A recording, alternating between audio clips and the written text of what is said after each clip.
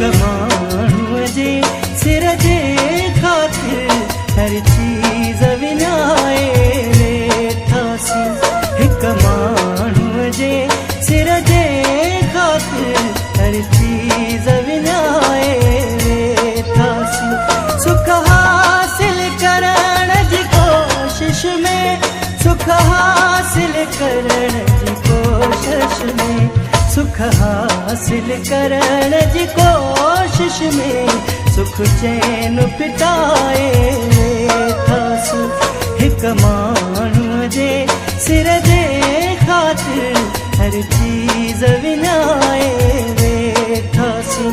सुख हासिल करण जी कोशिश में, सुख हासिल करण जी कोशिश में, सुख हासिल करण जी कोशिश में सुख चैन पिटाए वेठासीं।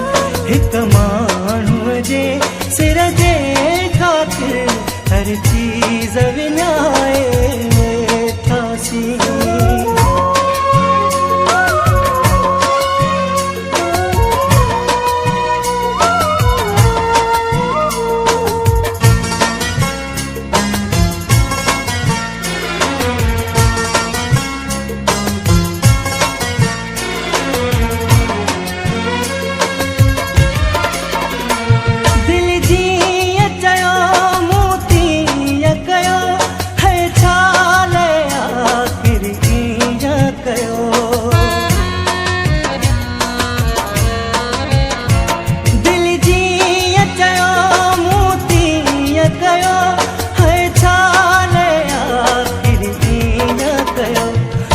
बेकदरे जे चवण ते लगी पंजवण ई वजाए वेठासीं।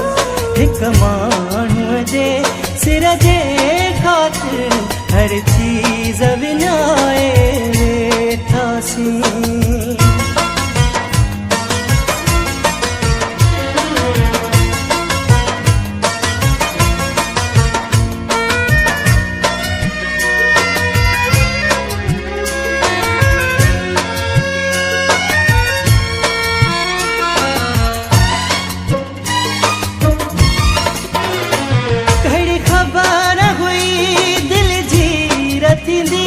पुरज़ा पुरज़ा ऐं तीर थींदी,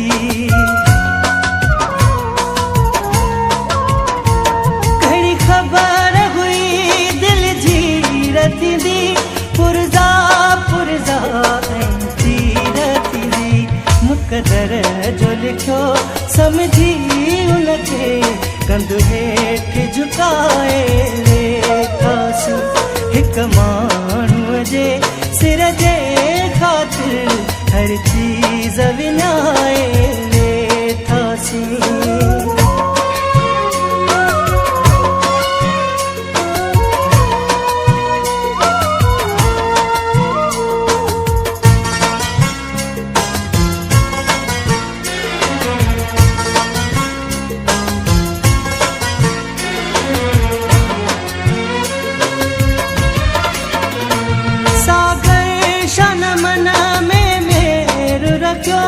पोइ वेर ने छाल वेर रखियो,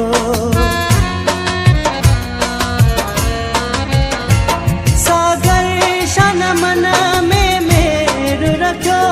पोइ वेर ने छाल वेर रखियो, पंहिंजो होश ठिकाणे आयो जॾहिं सभु साथ लुटाए वेठासीं। हिक माण्हूअ जे सिर जे ख़ातिर हर चीज़ विञाए वेठासीं। सुख हासिल करण जी कोशिश में, सुख हासिल करण जी कोशिश में, सुख हासिल करण जी कोशिश में सुख चैन पिटाए वेठासीं। हिक माण्हूअ जे सिर जे ख़ातिर हर चीज़ विञाए वेठासीं। हिक माण्हूअ